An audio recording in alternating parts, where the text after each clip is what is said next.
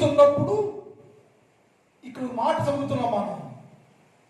నేను వారికి మాట ఇచ్చింది దాన్ని నెరవేరుస్తాను నేను అన్నాడు. ఏ మాట ఇచ్చావయ్యా నువ్వు? నీ వాగ్దానం ఏంటి అంటే యేసయ్య చెప్పిన మాట ఏమిటంటే, నేను వారిని వెళ్ళగొట్టిన స్థలంలో నుంచి మరలా తెస్తానయ్యా అన్నాడు. ఎందుకు వెళ్ళగొట్టావయ్యా వాళ్ళని? నీ ప్రజలే కదా, నీ చెల్లే కదా, నీ సొత్తే కదా, నీ జనాంగమే కదా, నీ పేరు పెట్టబడిన ప్రజలే కదా, వారిని ఎందుకు వెళ్ళగొట్టావయ్యా నువ్వు బబులోను దేశానికి అని ప్రశ్న వేస్తే దేవుడు చెప్పిన మాట ఏంటి? ఇక్కడ సంభాషణ ఎస్కేలుకి దేవుడి మధ్యలో చాలా సంభాషణ జరిగింది. ఎందుకని అంటే అన్నాడు, ఎస్కేలు ఎందుకు వెళ్ళగొట్టానో నీకు తెలియదా? నువ్వు నదీ ప్రాంతంలో ఉండి దర్శనం చూస్తూ ఉంటే, నదీ ప్రాంతంలో నుండి వారి కోసం ప్రార్థన చేస్తుంటే, నదీ ప్రాంతంలో నుండి వారి కోసం ఏడుస్తూ ఉంటే, ఇశ్రాయేలీలో ఒక్కరైనా నీకు లోబడ్డారో, నీ ప్రార్థన విన్నారో, నా మాట విన్నారో, నా మాట లోబడ్డారో, విశ్వాసము ఆచరించకుండా ధర్మశాస్త్రాన్ని నిర్లక్ష్యం పెట్టి వారి ఇష్టానుసారంగా లోకం తట్టు తిరిగారు కనుక నేను వాడిని కొట్టి వెళ్ళగొట్టా. అర్థం భాష? వాడిని కొట్టి వెళ్ళగొట్టాడట. ఏ కొట్టుకుంటూ వెళ్ళవచ్చు కదా. ఎలా కొట్టేవాళ్ళంటే కర్రబెట్టి కొట్టలా, కత్తిపెట్టి పొడవలేసయ్యా. కొట్టడం ఏదంటే, నువ్వు బబులోను దేశంలో 70 సంవత్సరాలు బానిసమతి బతుకులో చూసా, 70 ఏళ్ళు కష్టాల్లో ఉండాలి, 70 ఏళ్ళు నష్టాల్లో ఉండాలి. ఎంత దేశం కష్టాలు నష్టాలు మానసికంగా శారీరకంగా కుంగిపోతున్నావే, అదే నేను కొట్టడం. మనుష్యుడు కొట్టడానికైనా కొట్టించుకోవడానికైనా ఇష్టపడుతున్నాడు, కానీ దేవుని మాట వినేవాడుగా లేడు. ఎన్నిసార్లు కొట్టినా నా డబ్బు కలిగిన వాడిని, డబ్బు ఉండేవాడిని, నాకేంటి అనుకుని హాస్పిటల్కో అది భూత వైద్యులకో ఇంకో ఇలా చాలా మధ్య హాస్పిటల్ మానేశారు, భూత వైద్యులకి వెళ్తున్నారంట. ఎవడంటాడు? మంత్రికుడు ఈ మధ్య హాస్పిటల్ మానేసి భూత వైద్యులకి వెళ్తున్నారంట. అది వాడు చేసిన పాపం. ఆ పాపమే నేటి మనం చేస్తున్నాం. ఆ పాపమే నేటి మనం చేస్తున్నాం. భూత వైద్యులు ఏం చేస్తాడు? భూత వైద్యులు ఏం చేస్తాడు? నేను ఆదివారం వస్తే మా పిన్ని గారు తాయెత్తు కట్టేది. ఏంటి పిన్ని అదంతా జనం వస్తున్నారు ఆదివారం గారికి అంటే, ఏ కదయ్యా ఈ పూజ ఉంటుంది కదా, ఈ పూజ రాస్తాను నేను అని ఇత్తడి రేకు ఉండేది పరమశగా. ఇత్తడి రేకు మీద శ్రీరామ్ ఓం శ్రీరామ్ ఓం శ్రీరామ్ అని రాసేది. రాసి అది మడిసేసి ఆ తాయిట్లో పెట్టి వచ్చి వడలా కట్టేది. అదే చెప్తే మా పిండి ఏంటంటే 3 వారాలు అబ్బాయి 3 వారాలు వస్తే నుంచి ఇబ్బంది పోయేది చెప్పి, ఈ లోపల ఈ 3 వారాల లోపల డాక్టర్కి వెళ్ళేవాడు. ఇంకా రకరకాల ప్లాన్ వేసుకుని ఏం చేసుకుంటే ఎక్కడ తగ్గింది తెలియదు, కానీ వాడు చెప్పంటే అది తాయితు కట్టే తగ్గిందండి. తాయితు ఏముంది? డబ్బు ఉందా? వైద్యం ఉందా? మా పిండి దానివల్ల చాలా సంపాదించింది. అంటే మనుషులు గాలి చేస్తుందని నమ్ముతాం మనం. స్వచ్ఛమైన దేవుడు యేసు ప్రభువు వారు. యేసు ప్రభు మాట వినటం లేదు. ఏమైందయ్యో ఇశ్రాయేలు ఎందుకు చెల్లినయ్యే వాళ్ళు ఎందుకు లోపలంటే అంతరంగ అహంకారం. ఎప్పుడు నీ నాకు లోపల నాకు విన్నామా? అదేమన్నా కళల్లో అహంకారం అంట, చూపుల అహంకారం అంట, నడకల అహంకారం అంట. నాకేంటి అంటే ఇది నేనంటే నిన్ను దేవుని దూరం చేసింది అహంకారము. దేవుని దగ్గర రాకుండా లోపడకుండా దూరం చేసేస్తే నీ బతకాలంతా దేవుడు కొడతానే ఉన్నాడు. ఎందుకు కొట్టాడైనా, ఎందుకు దెబ్బలు ఎందుకు అయ్యా, ఈ బాధలు కష్టాలు వ్యాధులు సమస్య శోధన ఎందుకు దేవుడికి లోపడకపోవటమే. ఎప్పుడు వింటావు నువ్వు? జాగ్రత్త వచ్చి చచ్చిపోతే సిద్ధంగా ఉన్నాం మనం. ఎప్పుడు చచ్చిపోతే తెలియదు మనకి. 50 ఏళ్ళు, 60 ఏళ్ళు, 70 ఏళ్ళు, 80 ఏళ్ళు, 100 ఏళ్ళు వయసు కలిగింది, కానీ మన జీవితంలో మార్పేది. ఇశ్రాయేలు అడిగాడు, ఆయన ఎందుకయ్యా కొట్టావయ్యా, వెళ్ళగొట్టాడంటే వారు విశ్రాంతి దినమును ఆచరించక ధర్మశాస్త్రాన్ని నిరాకరించి ధర్మశాస్త్రం లోపడకుండా విస్తారంగా ప్రవర్తించారు కనుక నేను వారి 70 సంవత్సరాలు బబులోను దేశానికి అప్పచెప్పాను, శ్రమకు అప్పచెప్పాను, శోధనకు అప్పచెప్పాను, నలగొట్టేస్తున్నాను అక్కడేమో. అంటే ఏం చేస్తావయ్యా అన్నాడు. అయ్యా వాళ్ళు నలిగిపోతూ నాతో తిరిగారు, ఏడుస్తున్నారు. అయ్యా తప్పైపోయిందయ్యో, క్షమించయ్యో, పాపులమయ్యో, దుర్మార్గమయ్యో, నీ మాట వినక, నీ మాట లోపడకుండా మేమయ్యా ఇష్టానుసారం జీవించామయ్యా, అందుకు ఈ శిక్ష మాకు రావాల్సిందే అనుకుని వారు పశ్చాత్తాపంతో ప్రార్థన చేస్తున్నారా? మరి నువ్వేం చేస్తావయ్యా? వారు పశ్చాత్తాపడుతున్నారు, నువ్వే కొట్టావు, నువ్వు వెళ్ళగొట్టేశావు, నువ్వే మన పశ్చాత్తాపడుతు, నువ్వేం చేస్తావంటే అన్నాడు, నేను నీకు మాట ఇచ్చి తిని నేను వాగ్దానం చేశాను. ఏమిటి వాగ్దానం అంటే చెరలోన మిమ్మలను తిరిగి మరలా మీ దేశానికి రప్పిస్తాను నేను అని మాట ఇచ్చాయ్యా. ఎస్కేలు నేను నీకు ఇచ్చిన మాట నేను నెరవేరుస్తానయ్యా. నేను దేవుణ్ణయ్యా, మాట ఇచ్చి దేవుడికి వెళ్ళయ్యా. మనం ఏం చేస్తామంటే రక్షించబడ్డ కొత్తలో నీతోనే ఉంటా, నీలోనే ఉంటా, నువ్వు నా దేవుడు అయ్యా, నువ్వు లేకుండా ఉండలేవయ్యా, నువ్వు లేకుండా ఉండలేవయ్యా అని ఎన్నో మోసం చేస్తాం. క్రమంతో కేకుంది యేసయ్య ఎవడు, ఆయన ఎవడు, ఈవెవడు, సంగతి ఎవడు, అందరూ యేసు విడిచిపెట్టేసి లోకానుసారం జీవిస్తూ ఉండను, లోకంలో పడిపోతూ ఉండను, ఆ దేశం చూస్తూ ఉండను. అది నీ ఇదే నీకు నీవే శిక్షను కూర్చుకుంటున్నావని వాక్యంలో ఉంది. అందుకని వారికి వారే శిక్షను కూర్చుకుంటే వారికి వారే లోపడక, విధేయులు కాక, ధర్మశాస్త్రాన్ని నిరాకరించి విశ్రాంతి దినమును పాటించక ఇష్టానుసారం తిరిగిన కారణం చేత దేవుడు వారిని కొట్టి వెళ్ళగొట్టాను. మరి పశ్చాత్తాపడుతున్నారు. మనకు ఆ పశ్చాత్తాపం మనకు లేదు. ఇశ్రాయేలు పడి పశ్చాత్తాపం మామూలు పశ్చాత్తాపం కాదని వాటి పెట్టి పశ్చాత్తాపం ఉందే, చాలా కన్నీటితో పశ్చాత్తాపడట. అది చేసి అన్నాడు, ఏం చెప్పండి, నేను వారిని మాట ఇచ్చాను, దాన్ని నెరవేరుస్తున్నాడు. ఏం నెరవేరుస్తావయ్యా? ఏ మాట ఇచ్చావంటే శ్రేయస్కరమైన ప్రతి ఆశీర్వాదంతో వారు ఎదుర్కొంటా. నేను ఎక్కడికెళ్ళాను, ఎక్కడో ఉన్నారంటే వాళ్ళు ఐగుప్తులో బబులోనులో నుంచి బయలుదేరి వస్తున్నారయ్యో, బబులోనులో నుంచి వారిని నేను రప్పిస్తున్నానయ్యో, బబులో నుంచి వారిని సమకూరుస్తున్నానయ్యో. ఆ సమయంలో వారికి నేను శ్రేయస్కరమైన ఆశీర్వాదంతో ఎదుర్కొంటున్నాను. నేను ఏ దేవుడు భయం అనుకుంటే నీ బట్టి భయం చేసాకే తొక్కేస్తాడు, జాగ్రత్త. ఎందుకంటే దేవుడు భయం కాదు, నేను ఎంత ప్రేమిస్తున్నాడు, అని క్షమిస్తున్నాడు, నీకు అర్థం కావట్లేదు. దేవుడు క్షమాపణ భావానికి అర్థం కావట్లా. నేనే అనుకుంటా, నాకు అంత వచ్చి అనుకుంటా, నాకు అంత తెలుసు అనుకుంటా అని వెళ్ళగలుగుతున్నానేమో. కొట్టి నెట్టేస్తాడు దేవుడు. అప్పుడు కాలు పట్టుకున్నా, ఏళ్ళు పట్టుకున్నా నేర్చిన ప్రయోజనం లేదు అంటున్నాడు ఆయన.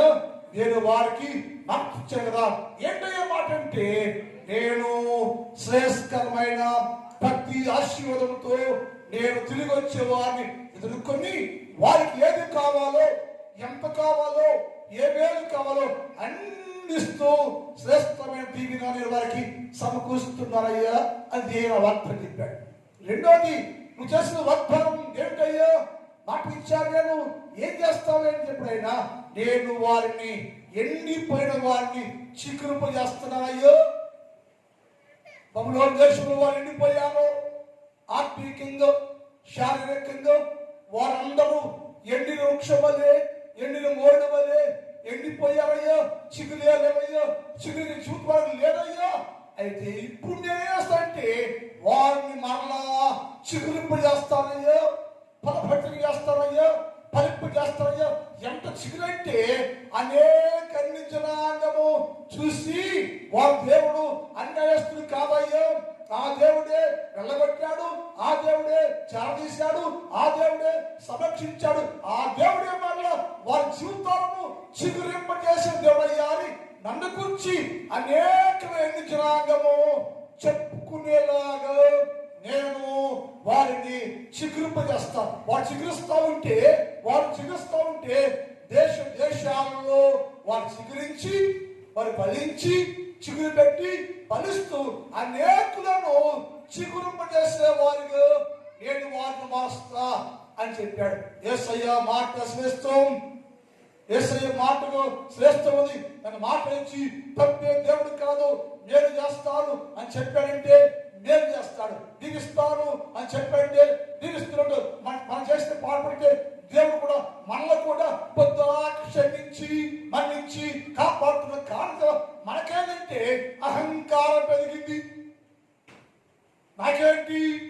నాకే తక్కువ, నాకే లోటు అనుకుని అంతరంగ అహంకారంతో మనుషులు భూలోకములో జీవిస్తూ ఉంటే హెచ్చరిస్తున్నాడు. అదిగో వారిని కొట్టి వెలగొట్టాను నేను, కాబట్టి వాగ్దానం చేస్తున్నాను, అదే వాగ్దానం మీరు కూడా నెరవేరుస్తాను.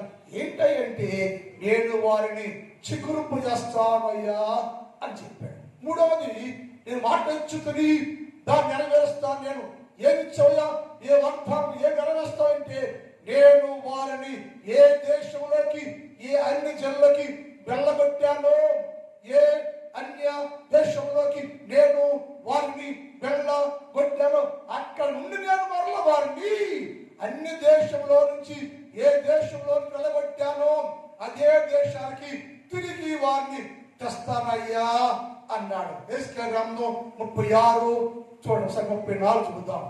ఎస్కేలు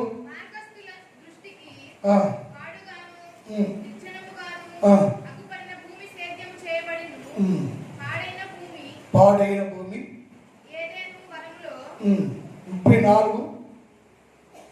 36 చదువు. నీ దోషం వలన నీకు కలిగిన తీసివేసి నీ పట్టణంలో నిన్ను మరలా తోడుకొస్తాను. నేను మరలా తోడుకొస్తాను. నేను ఎక్కడి తోడుకొస్తావయ్యా?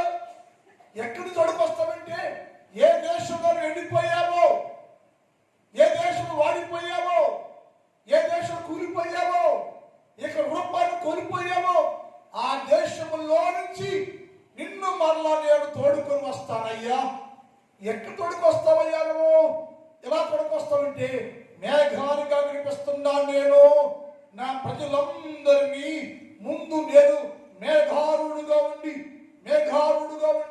నేను నా జనులను, నా ప్రజలను నేను ఆ దేశంలో నుంచి, ఆ ప్రజల్లో నుంచి, అన్ని జనాంగంలో నుంచి వారిని నేను స్వదేశానికి తోడుకొని వచ్చేదను. ఆ దేశంలో నుంచి, ఆ స్థలంలో నుంచి పాడైపోయిన, పతనమైపోయిన బబులోను దేశంలో ఉన్న ప్రతి మనిషిని నేను స్నేహించి, ప్రేమించి వారిని నేను మరలా క్షేమకరములాగున ఆ దేశంలో నుంచి నేను వారిని తోడుకొని వస్తానయ్యా. తోడుకొస్తాను నేను. ఎక్కడ తోడుకొస్తావయ్యా? నీకు ఎందుకయ్యా? నువ్వు వెళ్ళగొట్టావు కదా, మరి నువ్వే ఎందుకు తోడుకొస్తావయ్యా? వారిని వెళ్ళగొట్టింది నువ్వే, మరి నువ్వే తోడుకొస్తే ఏమంటారంటే నేను తోడుకొస్తేనే చుట్టూ అన్ని జనాంగము వారి దేవుడు యెహోవా కాదా, వారి దేవుడు ప్రేమ కలిగిన వాడు కాదా, వారి దేవుడు క్షమించేవాడు కాదా అని అనేకులు నన్ను గురించి కొనియాడు లాగుండా నేను వారిని మరలా ఏ దేశంలోకి చెదిరిపోయాను, ఏ దేశంలో వెళ్ళిపోయాను ఆ స్థలమన్నింటిలో నుంచి నేను వారిని సమకూర్చి తోడుకొని వస్తానయ్యా అని చెప్పాడు. అదే 11వ అధ్యాయం 17 చదువుదాం. ఎస్కేలు 11:17.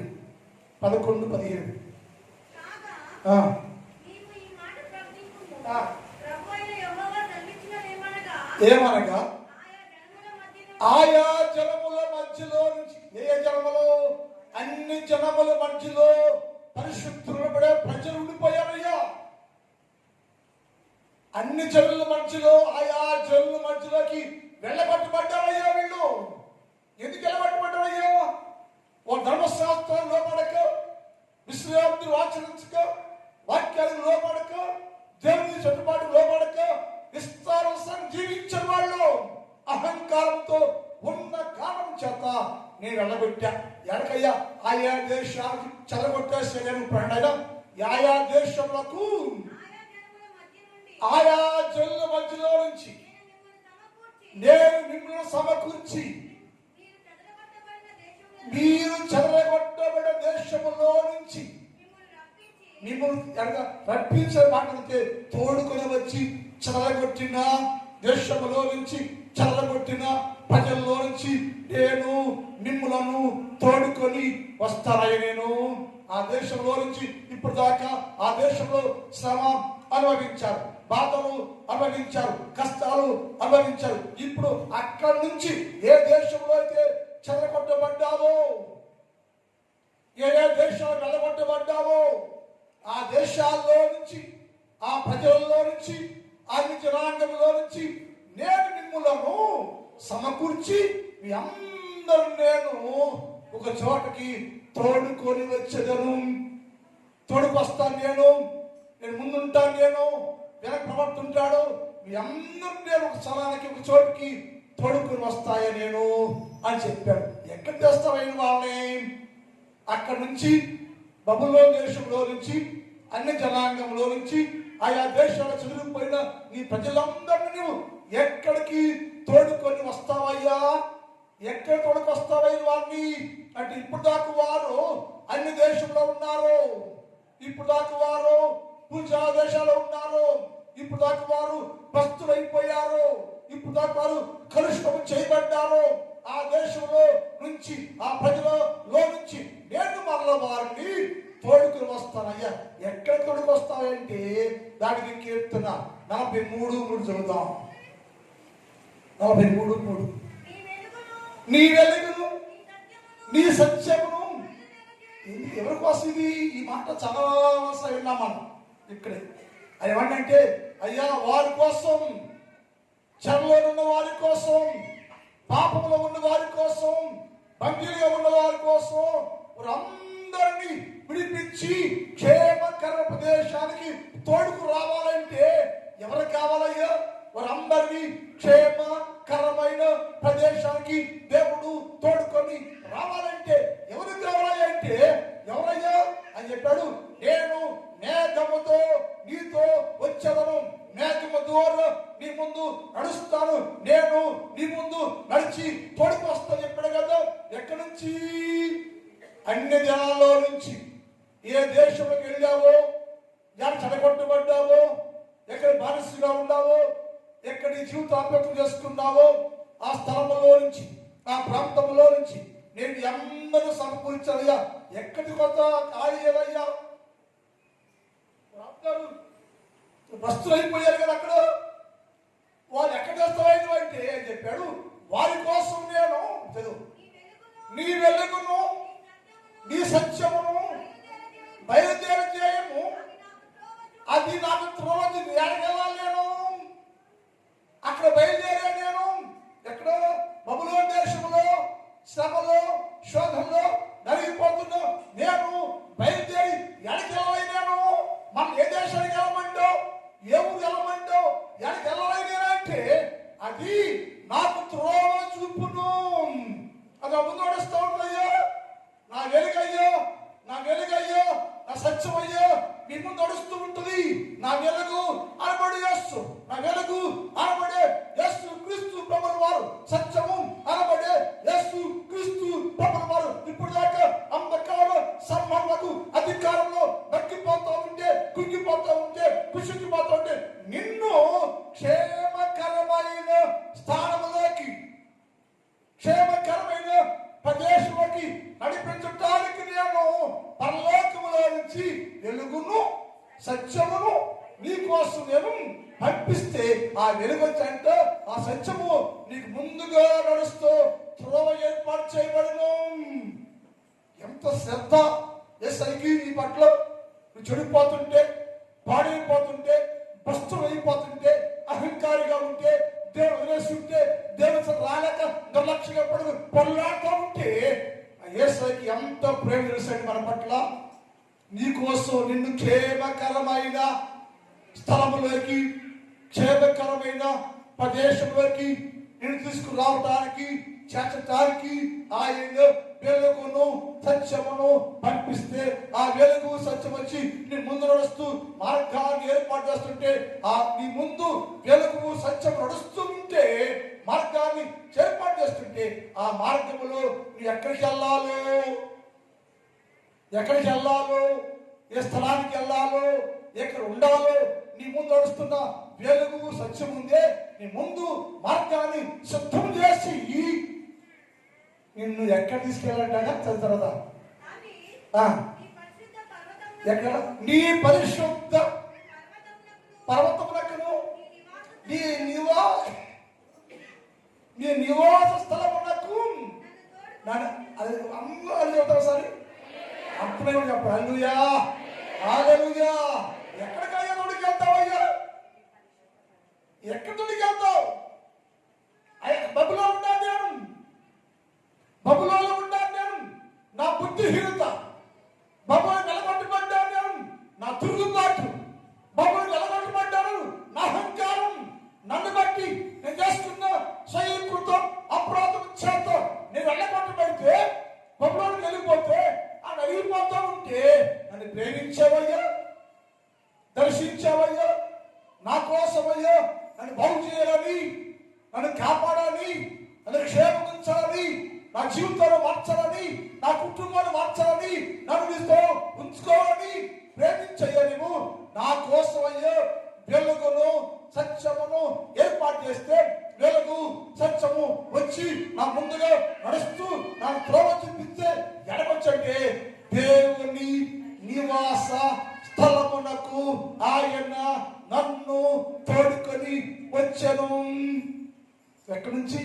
అంధకారములో నుంచి, విగ్రహారాధనలో నుంచి, పాపములో నుంచి, ప్రస్తత్వములో నుంచి, చెడిపోయిన సమాజంలో నుంచి, చెడిపోయిన ప్రజల్లో నుంచి నిన్ను ప్రేమించిన దేవుడు మార్గాన్ని ఏర్పాటు చేసి సత్యమును వెలుగుని నీ కోసము నియమించి, ఆ సత్యము వెలుగు అనబడే యేసు క్రీస్తు ప్రభువు వారు నీ ముందు నడుస్తూ త్రోవను ఏర్పాటు చేస్తే ఆయన నిన్ను ఎక్కడ తీసుకొచ్చాడయ్యా?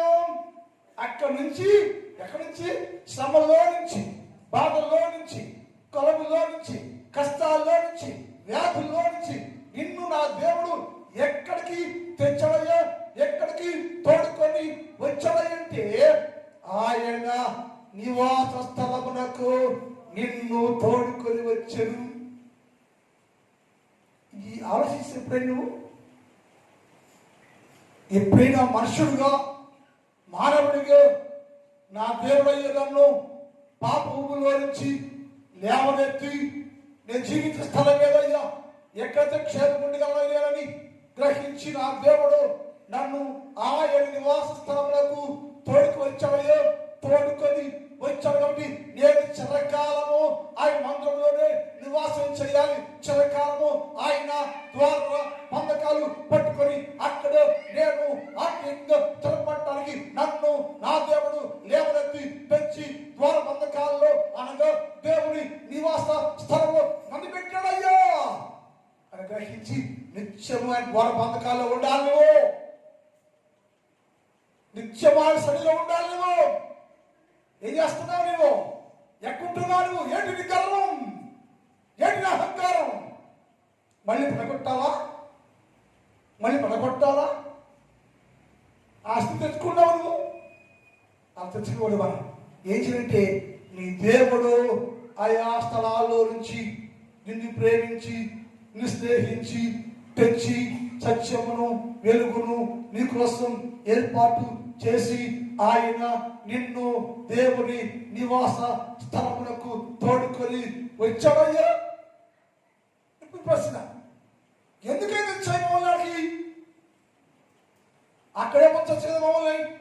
బొమ్మలోనే ఉంటే ఆడ చచ్చిపోవడం కదంటే నీవు అక్కడ చచ్చిపోవటం ఆయనకి ఇష్టము లేదు. నువ్వు పాపిగా రోతగా అన్నిల మధ్యలో పరిశుద్ధ సమూహము పరిశుద్ధ సంఘము అనబడేవారు పరిశుద్ధ బిడ్డలు అనబడేవారు అన్ని సమాజంలో బబులోనులో లోకంలో చచ్చిపోవటము యేసుకి ఏ మాత్రము ఇష్టము లేదు. అందుకని యేసు అన్నాడు, నేనుండే స్థలములో నేనుండే స్థలం ఏదయ్యా అంటే ఆయన నివాస స్థలములకు నేను నిన్ను తోడుకొని వచ్చానయ్యా. ఎందుకయ్యా అంటే అక్కడ నీవు ఆరిపోయావయ్యా.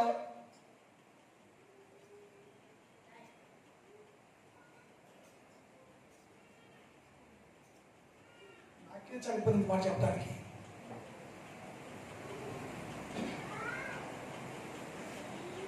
అక్కడ ఆరిపోయావా నువ్వు అంటే నీకేం జ్ఞానం లేదా, భయం లేదా? పొగరెక్కింది మనకేమన్నా అంటాడు భయం అంటే వారి పొగరెక్కి దుస్తులు పొగరెక్కి దేవుని మనుషాలయ్యా అన్నాడు. ఎందుకు మరుస్తున్నాయా సరే నువ్వు ఏ నిర్లక్ష్యం ఏంటి అని అన్నాడు.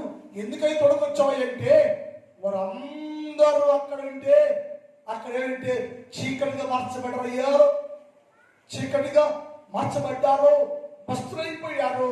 అందుకని వెలిగించటానికి నేను వెలుగు యొద్దకు నేను వారిని తోడుకొచ్చా.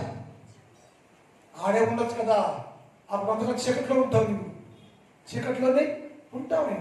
నువ్వు ఏం చేస్తావు అంటే నేను వెలిగించాలని. వెలుగుండే ఎక్కడ ఉండదయ్యా? వెలుగుండే చోటేది, వెలుగుండే చోటేది దేవుని నివాస స్థలం. ఏది? దేవుని మందిరం. ఇక్కడ ఉంటాడైనా ఇక్కడికి వస్తే వెలిగించబడతావు నువ్వు, ఇక్కడికి వస్తే బతుకుతావు నువ్వు, ఇక్కడికి వస్తే బాగుపడతావు నువ్వు, ఇక్కడికి వస్తే నీ జీవితం మార్చబడుతుంది.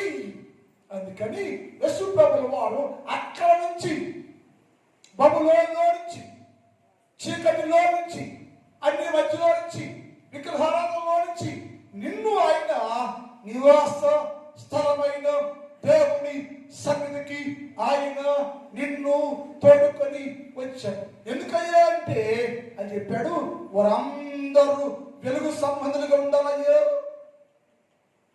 ఆరిపోయారు, అక్కడే ఆరిపోయిన చోటు వలె ఉండాలయ్యో. మళ్ళీ ప్రకాశింప చేయాలయ్యో, మళ్ళీ వెలిగించాలని తెచ్చి వెలిగించి ఇక్కడ పెడితే ఆరిపోతా ఎలాగ నేను ఆరిపోతా ఆడేమంట అని వరకుంటే అంటే నీకు నీవుగా శ్రమను కష్టాన్ని కోరి తెచ్చుకున్నావు. నీకు నీవుగా యేసు ప్రభువుకి దూరం అయిపోతున్నావేమో. ఆయనేమో ఆయన నివాస స్థలములో ఉండాలని, వెలుగు సంబంధిగా ఉండాలని, వెలిగించాలని ఆ యేసయ్య నిన్ను ప్రేమించి ఈ స్థలం తెచ్చి నిలబెడితే ఇక ఉండలేనయ్యా నేను ఎక్కడంట ఇక ఉండాలేనయ్యా నేను కదా. ఈ పాట నీకు ఇష్టం, అందరికి ఇష్టం పాట ఏంటిది? ఉండాలేనయ్యా, నేను ఉండాలేనయ్యా, నీ గుళ్ళో ఉండలేనయ్యా, నీ బడిలో ఉండలేనయ్యా, నీ వాటిలో ఉండలేనయ్యా, నీ సోపం లేనయ్యా. నీ ఎవరుంటాయా నువ్వు? నాకు సోపు ఉందయ్యా, అది పాపమయ్యా, ఆడే ఉంటా నేను, ఆడే ఉంటాను నేను, కక్కింద కాసిపోతున్నాను నేను అని చేసేందుగా మొదలుపెట్టలేకపోతున్నాను. ఆయన అన్నాడు, ఎందుకు తొలగొచ్చావు ఏంటి? ఒకటి, వారిని వెలుగు సంబంధులుగా చేయటానికి, వెలిగించటానికి నేను వారిని తోడుకొచ్చాను. అక్కడ ఆరిపోయారయ్యా, ఆరిపోయిన జీవితం కలిగిన వారిని, ఆరిపోయిన నా ప్రజలందరినీ నేను మరలా తోడుకొని వచ్చానయ్యా. ఎందుకంటే వారు తోడుకొచ్చారంటే వారందరూ వెలిగించబడాలని తోడుకొచ్చాను నేను. రెండోది అన్నాడు, ఎందుకయ్యా అక్కడి నుంచి వారు ఒక మాట చెప్తాడు. 78వ కీర్తన 52, 53 ఒకసారి తర్వాత ఆ వాక్యం చదవగలం. 78వ కీర్తన 52, 53 చదువుతాం. అయితే గొర్రెల వలె ఆయన తన ప్రజలను ఎడపడి తొడుచోట. ఒకటేమో వెలుగు తొడుకొచ్చాడు వెలిగించని, రెండోది గొర్రెల్లాగా నీవు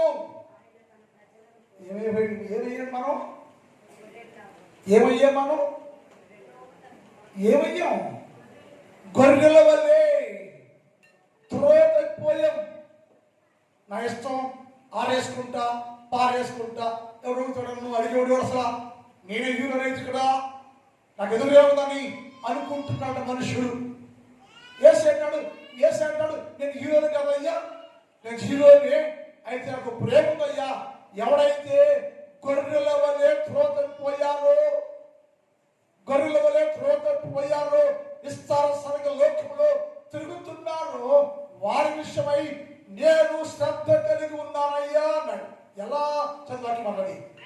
అయితే గొర్రెల వలె ఆయన తన ప్రజలను తోడుకొని పోయాను, మందరు నడిపించినట్లు అరణ్యములో ఆయన వారు నడిపించారు. ఒకటేమో వెలిగించటానికి కొడుకొచ్చాంట, రెండోది నిన్ను ఈ అరణ్యములో ఎక్కడ ఈ అరణ్యమైన లోకములో పరిశుద్ధ సంఘంగా నడపాలని, పరిశుద్ధులుగా నడిపించడానికి, పరిశుద్ధులుగా మార్చేసి పరిశుద్ధ సంఘంగా నిన్ను అరణ్యమైన లోకంలో నడిపించడానికి ఆయన నిన్ను తోడుకొని వచ్చాడు. ఆయన కాపురైతే, నువ్వు గొర్రెలైతే చెదిరిపోతుంటే మందను తోడుకొని వచ్చినట్టుగా ఆయన నిన్ను అరణ్యమైన లోకంలో, అరణ్యము అనబడే ఈ లోకంలో నిన్ను పరిశుద్ధ సంఘంగా అందరి ముందు పరిశుద్ధులుగా రాబట్టడానికి ఆయన నిన్ను తోడుకొని వచ్చాడు. ఒకటేమో వెలిగించడానికి తోడుకు వచ్చాక, రెండోదేమో అరణ్యంలో నువ్వు పరిశుద్ధులుగా ఉండి అందరి మధ్యలో పరిశుద్ధ సంఘం కదా. ఎవరయ్యా వాళ్ళు? పరిశుద్ధ సంఘం అయ్యో, పరిశుద్ధులయ్యా, భక్తులయ్యా.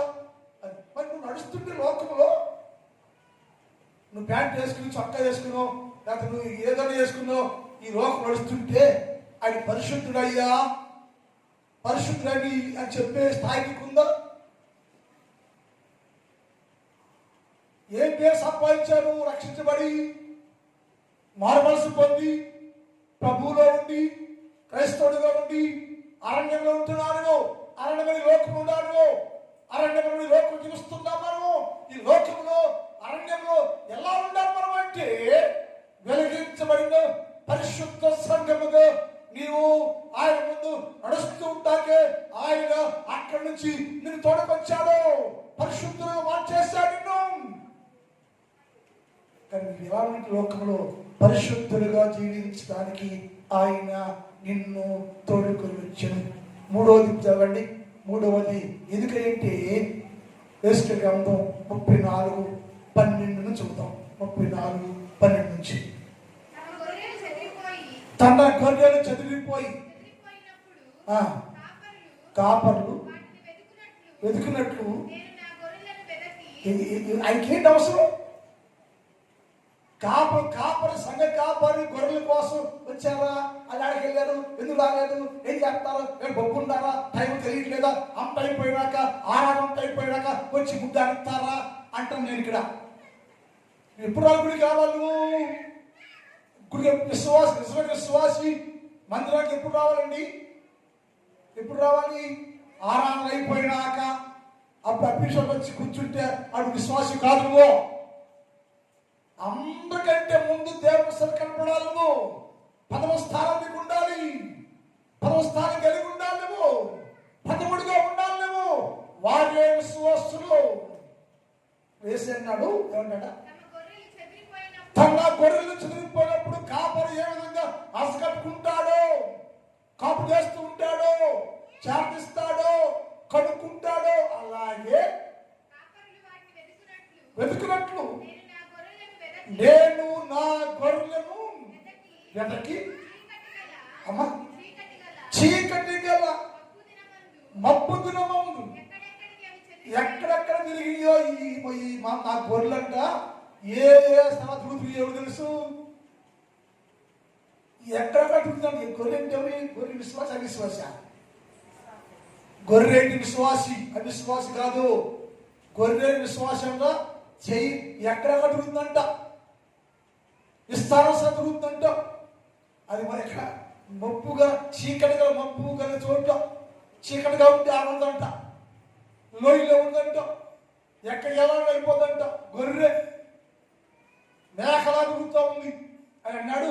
గొర్రెల వల్ల నేను చీకటి గల మబ్బు దిన ముందు ఎక్కడెక్కడికి అవి చదివిపోయాను అక్కడ నుండి, ఎందుకంటే అక్కడి నుంచి వారు తోడుకు వస్తున్నారు. ఎక్కడ చదివిపోయినాయో, ఏ చీకట్లో ఉండియో, ఈ అంధకారం ఉండియో, ఈ అహంకారం ఉండియో, ఎక్కడ జీవిస్తున్నాయో అక్కడికి వెళ్ళి నేను దాన్ని కనుగొని ఆయా జన్మలలో నుంచి వాటిని తోడుకు వస్తాను. ఎందుకయ్యా దేవా యెహోవా యేసు ప్రభా నీకేం పని లేదా, నీకేం పని లేదంటయ్యా, నా ఇష్టం నేను, నాకు ఇష్టం వస్తా లేదా మానేస్తా, నీకేం పనయ్యా, నీకేం పనయ్యా అని మనుషులకు వేళ దేవుడు ప్రశ్న వేస్తే దేవుడు అన్నాడు, నేను నీ తండ్రినయ్యా, నేను నీ దేవుడినయ్యా. నువ్వు చనిపోతుంటే, పాడైపోతుంటే, తప్పిపోతా ఉంటే, గొర్రెలాగా నశించిపోతా ఉంటే నేను చూసి ఊరుకోలేను. అందుకని నేను పరమను విడిచిపెట్టి భూలోకానికి నరుడిగా నరవతారిగా శరీరధారిగా దిగొచ్చాను నేను. ఎందుకంటే నిన్ను వెతకి కనుగొని, నిన్ను కనుగొని నా కుమారుడిగా నా రొమ్మును ఆడించుకొని నిన్ను బలపరిచి నిన్ను చేరదీసి పరిశుద్ధ స్థలంలో నుంచి నిన్ను బాగుగా మేపటకు, నిన్ను బాగుగా మేపటానికి నిన్ను తోడుకొని వచ్చాయ్యా. ఒకటేమో వెలిగించటానికి, రెండేమో పరిశుద్ధ సంఘంగా చేయటానికి, మూడోదేమో నిన్ను బలపరచడానికి, మేపటానికి. ఎందుకయ్యా నా మేత లేదా, మేత లేదు. చాలా మేత లోకంలో బబులోలో ఉండేవాళ్ళు ప్రార్థన చేశాడు, అయ్యో ఆహారం లేదయ్యో, ఆహారం లేదయ్యో అన్నారు. ఐగుప్తున్న వారు ప్రార్థన చేస్తారు, ఏదయ్యా ఆహారం లేదయ్యో, ఆహారం కాకరకాయలు కిరకాయలు తినలేకపోతున్నావయ్యా ప్రార్థన చేస్తారు. బబులోలో ఆహారం లేదా, లోకంలో ఆహారం లేదు. ఆహారం ఉంది, ఎక్కడికి వెళ్ళి ఆహారం దొరుకుతుంది. శ్రేష్టమైన ఆహారం దొరకడం కష్టం. లోకంలో ఏళ్ళకి వెళ్ళిన ఆహారం ఎవడు కావాలంటే నేను పెట్టేది మంచి ఆహారం అయ్యా, నేను పెట్టేది మంచి ఆహారం అయ్యా, మా దగ్గరే శ్రేష్టమైన ఆహారం ఉందయ్యా, ఎవరైనా బలపడి పరలోక రాజ్యంలో ప్రవేశించే మా ఆహారం కోసం రెండయ్యా అని ఆలోచిస్తున్నారు, వెళ్ళిపోతున్నారు.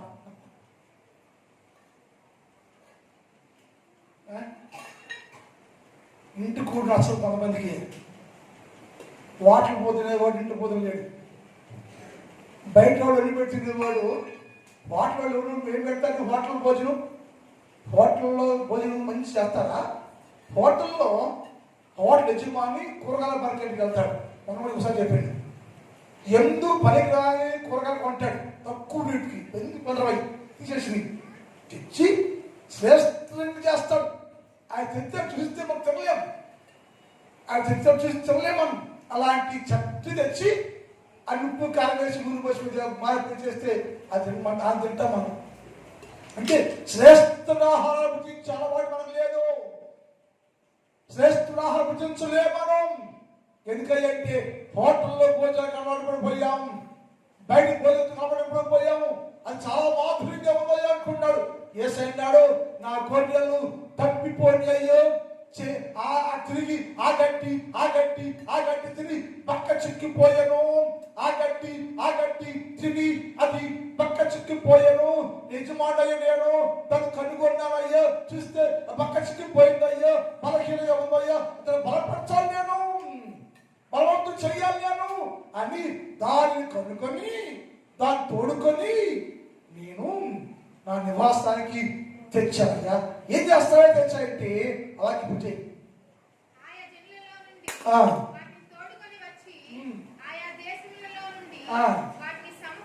ఎక్కడ తోడుకొచ్చాడ, ఒకటి ఎక్కడి నుంచి తోడుకొచ్చాడు, జిల్లాలో నుంచి, రెండోది దేశంలో నుంచి సమకూర్చి వారి సొంత దేశంలోకి, ఆయా దేశంలో నుంచి ఆయా స్థలాల్లో నుంచి తోడుకొచ్చి సొంత ఇంటిలో, సొంత దేశంలో, స్వదేశంలో, నీ దేశంలో, నీ స్థలములో, నీ ఇంటిలో నిన్ను సమకూర్చి వాటిని తెచ్చి అమ్మా, పర్వతముల మీదను వాగుల యొద్దను దేశమందున్న సకలమైన కాపురస్తుల తలముల్లోనూ వాటిని నేర్పుతున్నాడండి.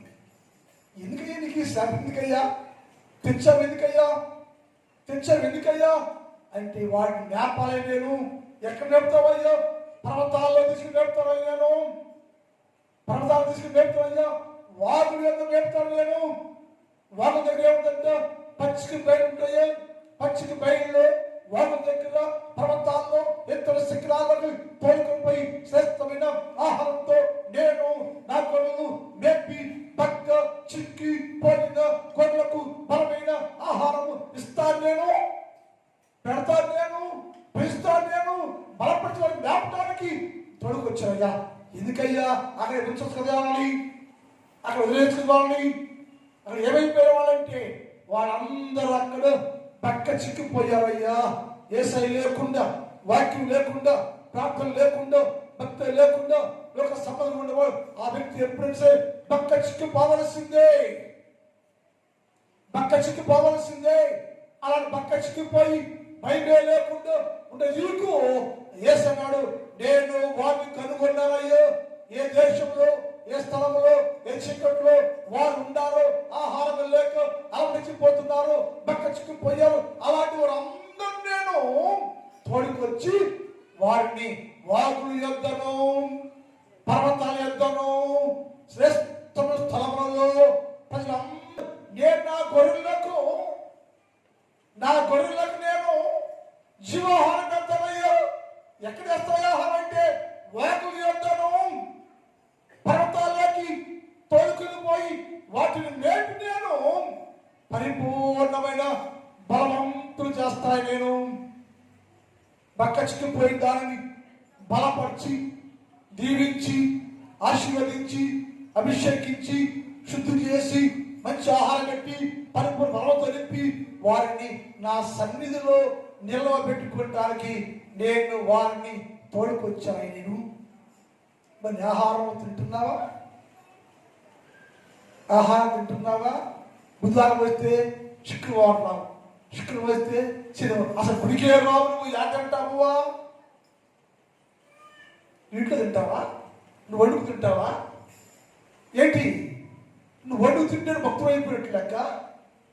గుళ్ళో ప్రార్థన జరుగుతుంటే, గుళ్ళో వాక్యం నడుస్తా ఉంటే, నువ్వు దీపాపై తిరుగుతుంటే ఏమైందంట? యేసు ప్రభువుని కించపరుస్తుంటే కదా, నువ్వు అవమానపరుస్తుంటే కదా. ఎప్పుడు బలపడతాను? నీకు ఎక్కడ బలపడతావు? నువ్వు ఎవరు బలపరుస్తారు? నువ్వు నీ భార్య, నీ భర్త, నీ కొడుక, నీ కూతురుగా ఎవరు బలపడుతున్నావు? దేవుని సన్నిధిలో బలపడాలి నువ్వు. ఎందుకంటే ఇక్కడ శ్రేష్ఠ ఆహారం కొరకు ఏర్పాటు చేయబడింది. అది ఆయన నేను నేర్పుతానయ్యా. ఎలా చెప్తావయ్యా?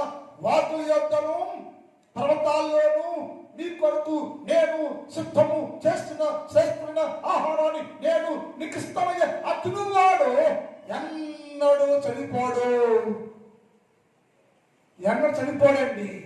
జీవించే ఉంటాడు, పరిశుద్ధంగా ఉంటాడు, బలం కలిగి ఉంటాడు. అందుకని ఆయన చెప్పాడు, ఒకటేమో అయ్యా నేను వారిని తోడుకొస్తానయ్యా. ఎందుకంటే వెలిగించటానికి, ఎందుకయ్యా పరిశుద్ధ మార్గంలో నమ్మటానికి, ఎందుకయ్యా తోడుకొచ్చావయ్యంటే వారికి మంచి ఆహారం పెట్టి, వారిని మేపి, బలవంతులు చేసి, దేవుని రాజ్యంలో ఆయన రాకల్లో నిలబెట్టుకోవటానికి నేను వారిని నేర్పడానికి తెచ్చానయ్యా. ఆ సమూహంలో నీవు ఉన్నావా? ఆ గుంపులో నీవు ఉన్నావా? ఆ మేత వేస్తున్నావా? నీకు ఇష్టమైన మేత వేస్తున్నావా? ఏ మేత వేస్తున్నావా మనం ఆలోచించారు. యేసయ్య మాటకు లోబడితే అన్నాడు, ఒకటేమో నేను శ్రేష్ఠకరమైన ఆశీర్వాదంతో నింపుతానయ్యా అని చెప్పాడు. రెండేమో నిన్ను చికురింప చేస్తాను అని చెప్పాడు. మూడోది ఏంటంటే వాగ్దానం అంటే నేను అందరినీ శ్రేష్ఠ తరంలోకి తోడుకొని వస్తాను. వస్తే ఇక్కడ భుజించి బలవంతులుగా ఉందరుగాక. ప్రార్థన మిగిలిన భాగాన్ని వచ్చే మనం ధ్యానం చేద్దాం.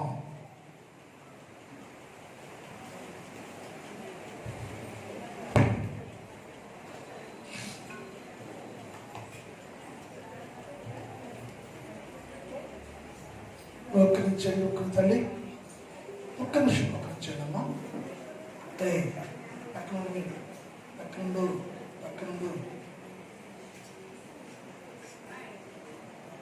అందరూ ప్రార్థన చేసుకోండి.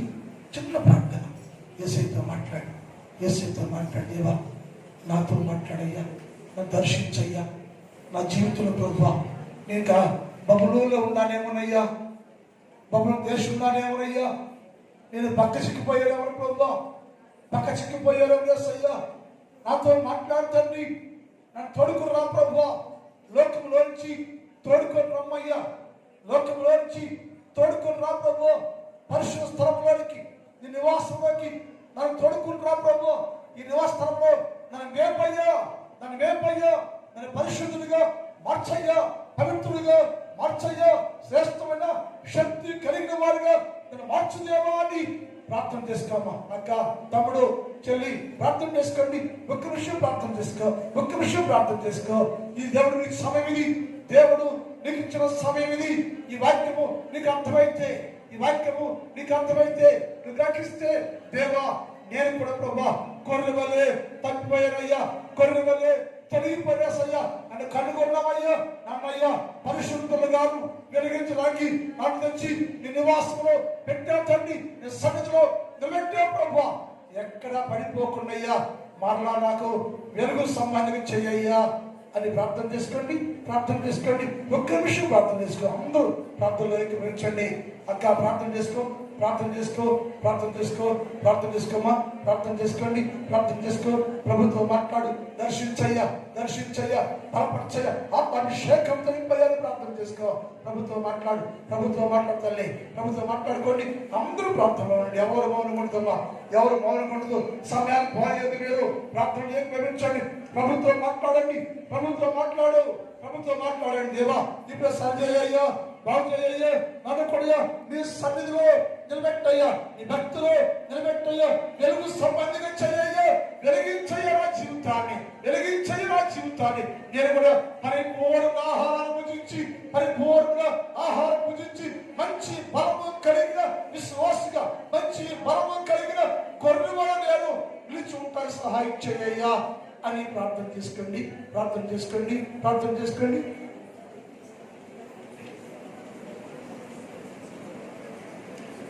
మా కరుణైన తండ్రి, నీ పాదములకు స్తోత్రాలు.